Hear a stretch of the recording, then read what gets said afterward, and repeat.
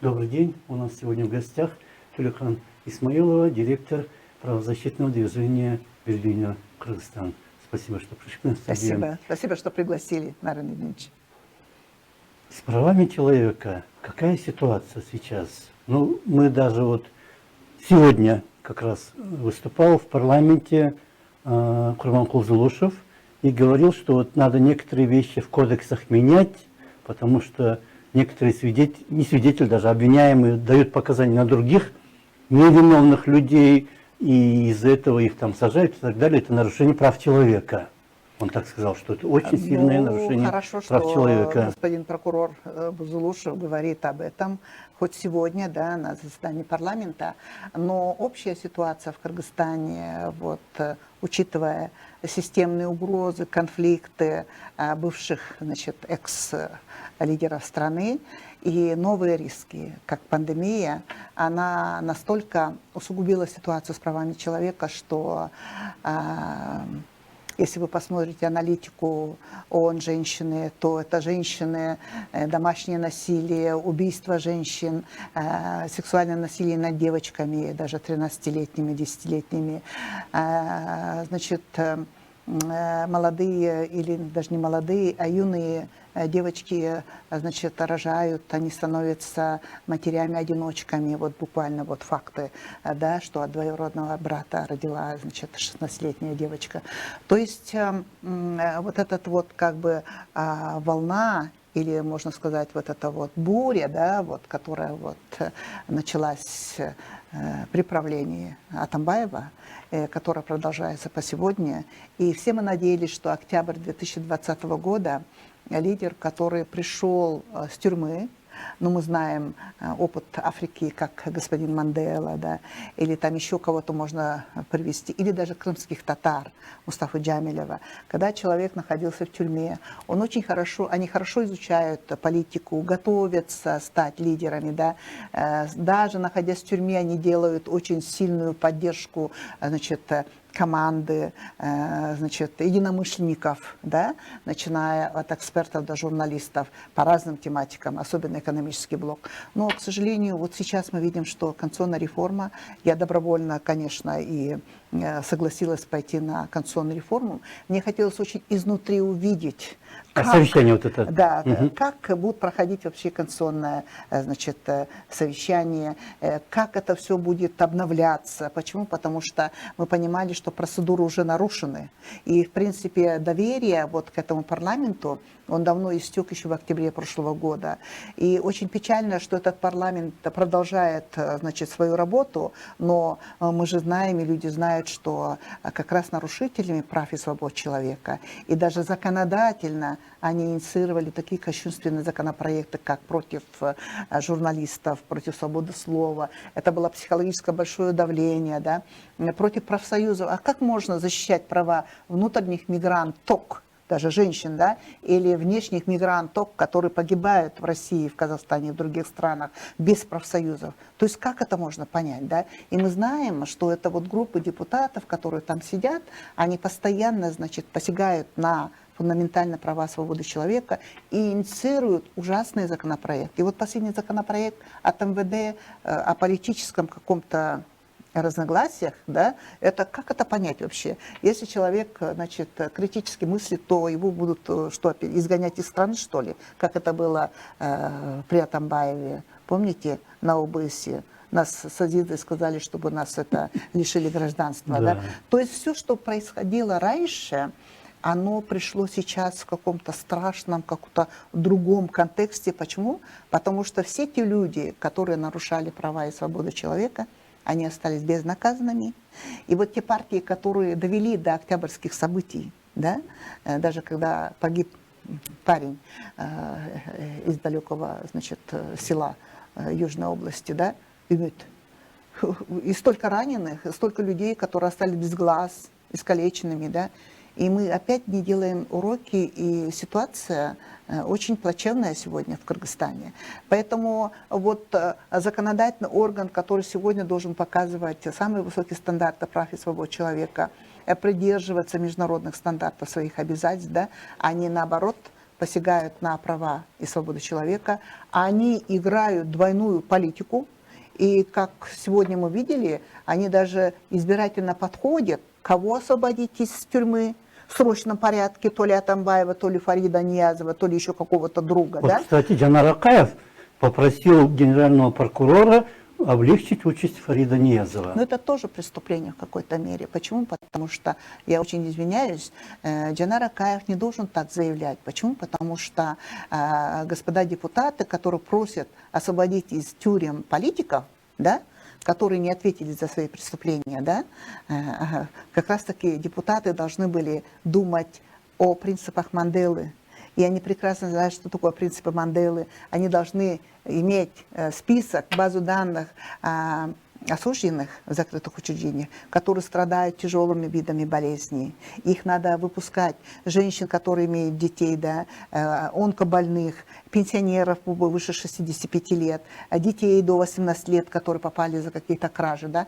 То есть мы, начиная с прошлого года, постоянно пишем и писали, и говорим и Министерству юстиции, и Генеральной прокуратуре, и господину Джапарову как раз мы писали вместе с базой данных. Почему? Потому что наша организация, как и другие, вместе с Национальным центром против пыток и омбудсманом, экспертами, постоянно проводим мониторинги, и мы знаем без вот этого вот СДПК или там Атамекен или еще кого-то, что это люди должны быть освобождены. То есть даже Гутерреш, глава ООН, он обратился к странам и сказал: пожалуйста, уменьшайте количество контингента осужденных. Почему? Потому что вот эта третья волна, даже вот которая пандемия идет, да, первая волна унесла такое количество, 1500 или сколько официально людей, да, в том числе, значит, осужденных, да, это невыносимо. Почему? Потому что когда люди болеют, осужденные в тюрьмах, ковидом, да, или еще другими какими-то болезнями,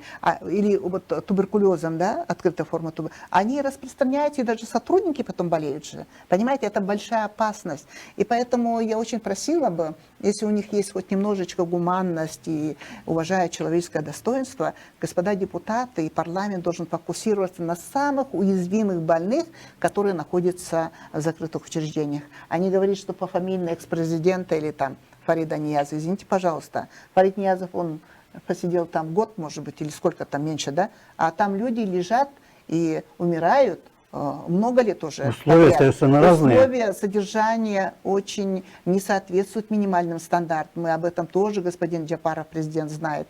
И мы говорим, опять повторяем, если это возможно, необходимо срочно, есть адвокатура наша, да, юристы, есть, значит, эксперты, которые занимаются правами человека именно в тюрьмах, в закрытых учреждениях. Поэтому срочно надо освобождать из тюрем осужденных, которые вот подходят по принципам, стандартам Манделы. Но это не та практика, когда помилование. Помилование – это сталинский метод, понимаете, как и прописка, да? То есть захотел, кого-то отпустил. А здесь речь идет о больных, которых надо тестировать. Не врачи должны отвечать, вот как отпустили там вора в законе или еще кого-то, да?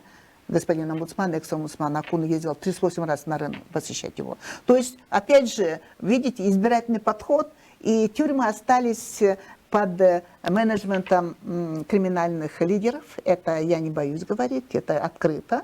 И КСИН, он даже иногда и не заходит туда, в тюрьмы. Почему? Потому что мониторинг и менеджмент ведется совсем другими людьми.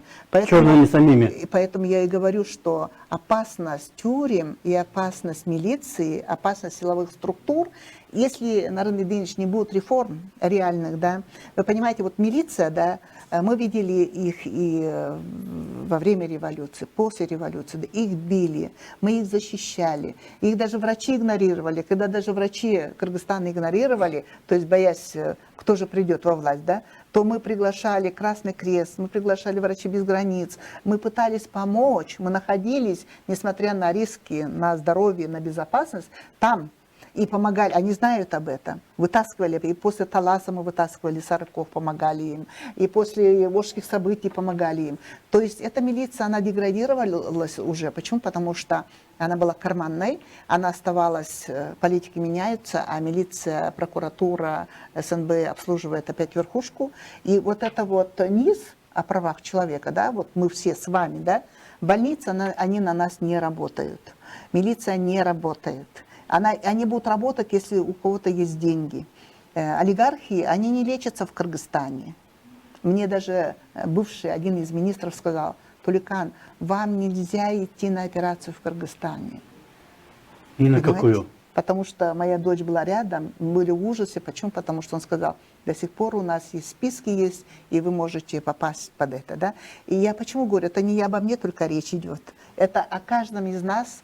Если захотят, могут убить человека в тюрьме, как со Скаровым произошло, да? Узником совести. А может и с другими тоже.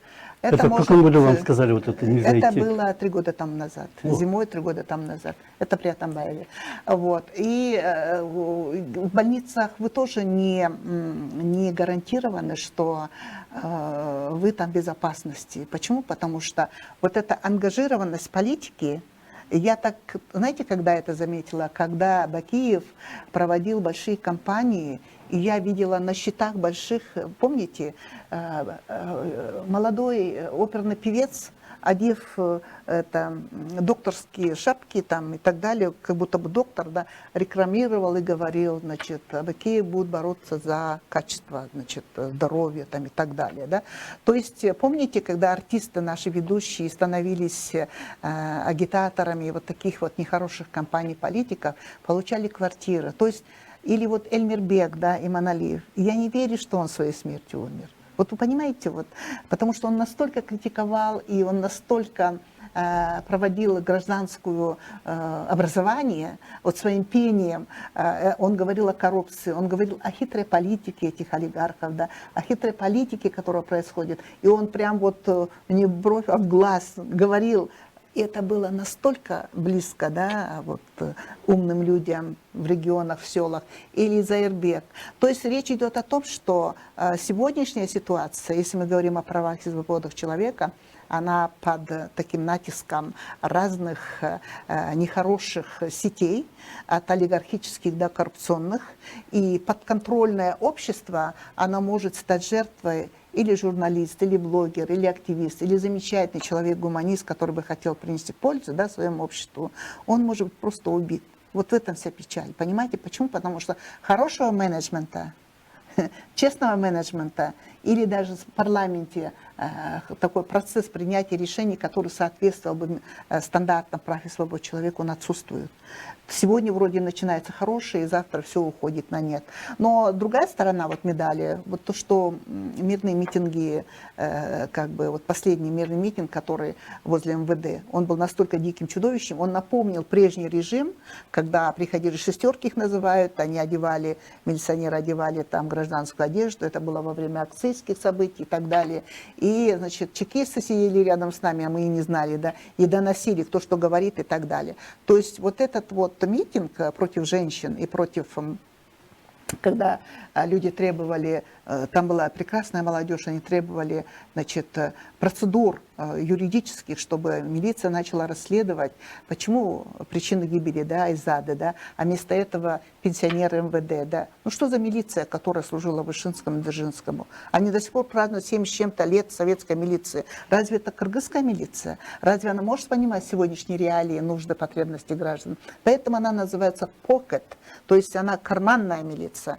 Поэтому с такой карманной милицией и с такими вот чекистами, которые вот сидят на 5 канале, да, руководит сейчас, он же Ампанщик же, этот редактор 5 канала, который пришел, он же на всю при Атамбаеве обманывал, что прям открыто пресс-релизы, и мы судили с ним, мы годами находились под прессингом, да, то есть вот это вот очищение и вот эта вот борьба с безнаказанностью в Кыргызстане, она должна начаться. Почему? Потому что если этого не будет, то мы не гарантированы тем, что даже находясь в психиатрических больницах, министр здравоохранения будет пропагандировать открыто, делать эксперименты лекарствами, которые не прошли соответствующие экспертизы. Медицинских испытаний, да?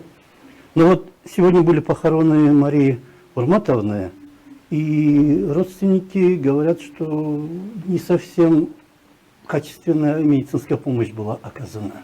Но вот я, конечно, зная госпожу Айтматову. Конечно, я соболезную семье и соболезную родственникам, детям, особенно Ширине Айтматовой.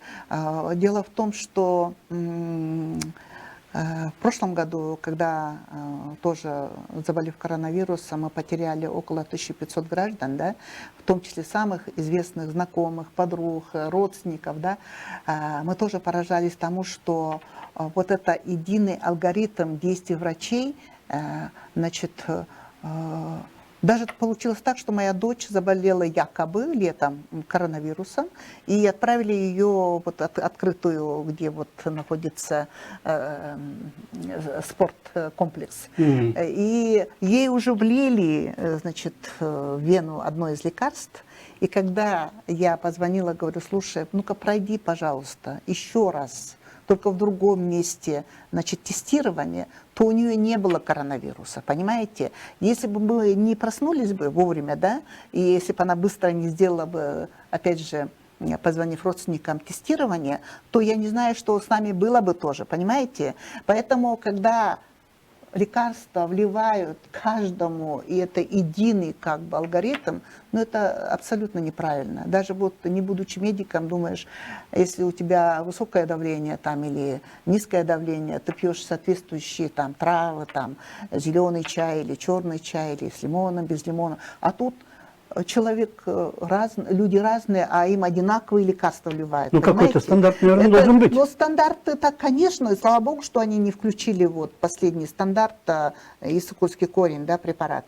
Это день тому назад, вот как раз. Да, пятый протокол. Да, и спасибо всем врачам, спасибо активистам, спасибо всем, кто участвовал вот в этой дискуссии для того, чтобы убедить и даже предупредить людей, принимающих решения, что таким образом поступать нельзя. Почему? Потому что пока не будет экспертиз, и вообще вот этот мюнхенский процесс, который показал всему миру еще тогда, в 1947 году, что испытания без разрешения человека нельзя проводить. То ли это будет напиток горячий, то ли это человек должен знать, что государственный доктор ему дает, правильно же? Или в закрытом учреждении. Поэтому мы в опасности, и вот сегодняшняя вот наша дискуссия, я вам благодарна, Народ Мединович, мы должны говорить, что да, так получилось, да, мы сегодня уже прошли референдум, но сегодня надо вернуться к стандартам прав и свобод человека всем. А парламенту перестать надо быть СДПК. Почему? Потому что там доминируют без конца и без конца, только и слышим, вместо того, чтобы каким-то образом решать гуманные, очень хорошие, полезные вещи для общества, они инициируют какие-то законопроекты или полдня уходит на то, чтобы освободить каких-то политиков. Понимаете? Есть суд, есть процедуры, и избирательный подход, он не должен быть уже продолжать свою жизнь. Почему? Потому что надо помнить об октябре 2020 года. Народ просто не сможет выдержать этого и опять придет. Вот что опасно. Ну вот после первой революции говорили, что народ вторую не выдержит. После второй говорили, что третьей революции... Вот это вот и беда, что политики не готовы и приходят на эти амбициозно. И вы должны понять, что когда некоторые правозащитники делают аналитику и говорят, а вы что, забыли, что это капитализм? Это же капитализм еще Акаев тогда создал, да? Но капитализм тоже в Америке, он прекрасно существует, но там есть независимый суд, процедуры, и любой человек может отстоять свою честь и достоинство или восстановить свои, значит, нарушенные права. Да? Или в Европе. Ну, речь не идет о частной собственности или о капитализме, речь идет о фундаментальных ценностях любого общества, что если ты власть, ты должен менеджировать, ты должен показывать, управлять, не только управлять сегодня там авторитарно, а давать перспективу и предупреждать. И вот это вот, то, что мы говорим, уходят, приходят, вот те, кто пришел, он должен нести двойную ответственность на сегодняшний день и за будущее, чтобы как лидерство, как, ну, Вацлав Гавел, я помню, да, вот вы прекрасно знаете Чехию, так до сих пор же библиотеки дышат Вацлавом Гавелом, потому что это гуманность, это человеческие свободы.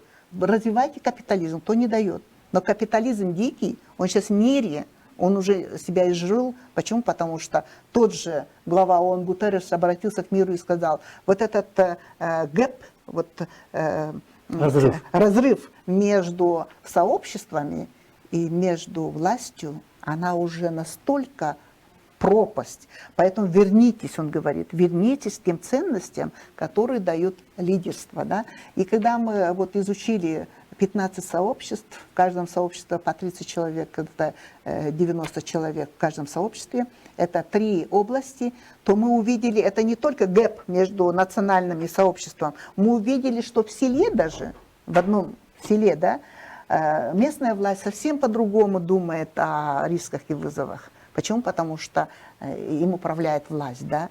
А люди, которые живут в зонах риска, например, Майлусу, они думают совсем о других проблемах. Почему? Потому что они умирают. И это системные проблемы, 30-летние, да, остатки Советского Союза. Если вот эта власть 30 лет не могла решить рекультивацию хвостохранилищ Майлусу, Минкуш, а вы посчитайте, сколько было выделено денег. И мне очень стыдно, что МЧС, будучи в парламенте, прошлое вот слушание говорит, ну мы не знаем, МАГАТЭ делает сам тендер, МАГАТЭ управляет, ну мы там мониторим. Слушайте, мы вообще живем в Кыргызстане, независимо. Они живут в Кыргызстане Вот, или нет? вот об этом речь идет. Почему? Потому что даже международная помощь, да, я вот помню, будучи членом общественного совета при Минфине, я поражалась, когда я говорила, слушайте, общественному совету, это неправильно. Почему какие-то вот идут процедуры, которые непонятны нам, людям в Кыргызстане, гражданам Кыргызстана. Все управляется через, помните, Атамбаев в 2016 году, вот таможенный союз, потом Евроэс, да, так нами управляют же другие же. Если МАГАТЭ управляет 900 миллионов евро, сказали, будут выделяться, да, 300 миллионов евро на рекультивацию. Это вот сейчас новое. А раньше сколько было выделено? Куда они делись? И почему люди до сих пор рождаются там Майлысу, без ног, без глаз и так далее? Это все последствия урана. И вот недавно мы общались в онлайн-режиме очень известной ученой из Японии, Томака, и, значит, Вероник из Германии, которая перенесла Чернобыльскую трагедию, потому что она в это время родилась. То есть мы еще не можем оценить даже этот ужас, который влияет от тех последствий Советского Союза, когда они испытывали здесь и это, добывали уран, да, и вот эти последствия даже хотя бы через 30 лет. Это, знаете, вот в ООН там, а вот мы приняли экологическую какую-то там это, инвестиции получили, в карман положили и все, а люди как жили плохо, как там Майлусуйская, вот я благодарна одной депутатше, она недавно сказала, что это же может вообще Майлусуйская трагедия отразиться на всем регионе Центральной Азии. Почему? Потому что до воды там мало осталось, да, она просачивается, понимаете? Или Кумтор. Мы же не против хорошего бизнеса, но кто в Кыргызстане, значит, из экономического блока, значит, читает формат спецдокладчика ООН, который говорит «бизнес и права человека». Там сказано, что ни один бизнес не должен посягать на землю, на растения, на леса этого, да, Исыкуля, да. А вы посмотрите, что там творится. Мы Из заповедника отдали... Из заповедника мы даже не имеем доступа к информации. Поэтому я бы очень просила бы депутатов не раздражать наше общество вот своими такими ангажированными призывами освободить того или иного политика, а заниматься вопросами предупреждения рисков и бедствий в Кыргызстане. Почему? Потому что системные риски, остатки, плюс новые риски, о которых вы сейчас говорите, Народ Ильич, это должна ощущать каждый депутат. Они очень увлечены своими бизнесом, они увлечены своими партиями, они увлечены своей политикой, да. И вот вы смотрите, что выборы принесли. Они опять принесли, усугубили. И вот даже те партии, которые участвуют на выборах, они не думали о безопасности. Увеличилось количество людей, болевших ковидом. И, конечно, госпожа Мария, о которой вы сегодня говорите, это тот случай, когда мы не верим врачам. Вот в чем вся проблема. И когда Айзад умерла, проблема, что мы не верим милиции, потому что она никакая. Как он может работать, если он получает 7 тысяч, 15 тысяч самов в месяц? Милиционер. Как он может работать? Как он может искать преступника? Или хирург получает 5500 самов, оказывается. Конечно, он только делает операции, а остальные обслуживающий персонал. Девушка рассказывала, что она в операционной палате работает, и она получает в месяц 6 тысяч самов. 6 тысяч самов. Да. Об этом они будут Поэтому думать парламент везде, или нет? везде вот Поэтому это... разрозненная, это разрушенная система, где человек не ощущает безопасность на food, это еду. Почему? Потому что если вы поедете в Казахстан или в Россию, вы увидите, что санврачи смотрят ежедневно. Я видела это, улица Грузинская, Москва, да, и там постоянно каждый день врачи приезжают в чепчиках и смотрят этот творог, время, а мы что едим? У нас такая система работы сейчас, чтобы хоть в каком-то магазине санэпидемстанция смотрела, просрочено или не просрочено, китайский, не китайский. Ну, китайский не значит, что плохой, но Я в том плане, что мясо тоже, вот, да, которое вот не очень качественное. Поэтому речь идет о том, что пусть это будут китайские продукты или там, я не знаю, казахские продукты и так далее. Вообще мы будем смотреть, есть самая ключевая политика, это парламент должен думать об этом, как безопасность пищи для граждан. Это будущее поколение. это для нашего парламента, по-моему, это фантастика просто. И, конечно, последнее, я бы очень хотела фокусировать на статкомитет. И вообще, вот, для того, чтобы помочь новой власти, надо делать очень хорошую гендерную статистику. То есть, что значит гендерная статистика? Чтобы журналисты, любые активные граждане, власть могла менеджировать и видеть диагностику развития регионов. То ли сегодня помочь Баткенской области, потому что гендерная статистика охватывает всех. Показывают и мужчин, и женщин, и инвалидов, люди, страдающие инвалидностью, как я, да, там многие плохо ходят, или там еще что-то, дети, да, как это, образование как идет, образования вообще нет в Кыргызстане, вот что страшно, понимаете? И вот эта вот закрытость школ, учебных заведений, она тоже резко, значит, дала такой сбой, как права детей, права женщин, права мигрантов. Очень много мигрантов вернулись из России, да, Казахстана, и они сегодня без работы. И вот мы, когда читаем статистику УВД, там, милиции, да, изнасилования, грабежи и так далее, как быть? Об этом должен думать парламент. Да. Вот у нас осталось 2-3 минуты. Самое главное, какие вот риски появились в связи с последними событиями для прав человека? Но самое главное, что непредсказуемость процесса принятия решений власти на всех уровнях. То есть мы не знаем, как дальше будут идти, значит, после референдума. Да, они говорят, мы вот это будем реформировать, законы там и так далее. То есть это должен быть национальный чрезвычайный план действий, как на уровне высокого уровня власти, да, чтобы люди, общество, все институты, начиная от сообществ, понимали. Это называется предсказуемость. Должна быть гибкость принятия решений. Не просто мы хотим Курултай, а вообще Курултай что сделает? Какой он будет? То ли это Курултай с Камчой, который будет опять всех нас бить, да, и говорить языком 30-х годов, югобарып, отруп, пунчпай, отругла, да, или это будет Курултай цивильный, соответствуя высоким стандартам прав и свобод человека. Вот над чем надо работать. Мы пока это не видим. Ну, говорят, до летних каникул парламент приведет в соответствие с новой конституцией все законы. Но когда За парламент 30 лет не сделали такого. инициирует казино в Исыкульской области, он и так считается таким криминальным, да. Я очень удивляюсь, и поэтому парламент ничего не сможет делать. И парламент думает, как самому спастись, потому что там 90% коррумпированных политиков. Поэтому речь идет о борьбе, о реальной борьбе с безнаказанностью. Пока они будут у нас, знаете, по высоким стандартам борьба с безнаказанностью, чтобы даже не посадив в тюрьму, человек покаялся, чиновник. Как, ну вот сидит же этот наш Атабаев, который нас гнобил с вами, не занимался развитием страны, а вас там хотел лишить даже дома, да, мама плакала ваша, мы тоже плакали дома сидя, или там на Чолпон-Джакупова лишал дом, да.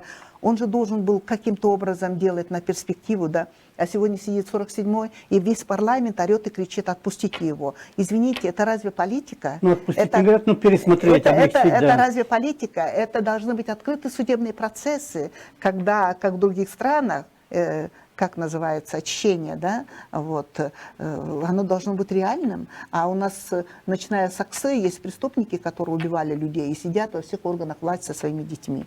Вот пожинаем все плоды. Но самое главное, вот эти люди, которые совершали такие деяния, совершенно не чувствуют никакой вины, никакой ответственности, и чуть ли не они были Они ангелами. еще требуют не открывать там эти действия, а вот в этом вся и трагедия Кыргызстана, что политика оказалась в руках олигархов, у денежных людей, бессовестных людей, а сейчас никак не сдвинется тот процесс, который называется реальные реформы.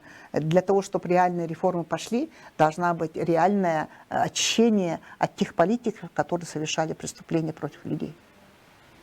А как это сделать? У нас и время подошло к концу. Спасибо вам большое. Вам спасибо. Ну, надо что-то, главное, оценить и потом какие-то адекватные меры принимать. А у нас как-то вот... Но это должны быть национальные диалоги, и диалоги должны быть экспертные. А без этого ни одна группа политиков не решит. Спасибо вам большое. Спасибо. У нас в гостях была Тюлихан Исмаилова, директор правозащитного движения «Берлиня, Кыргызстан». Спасибо большое. Спасибо, Народ. До свидания. Удачи.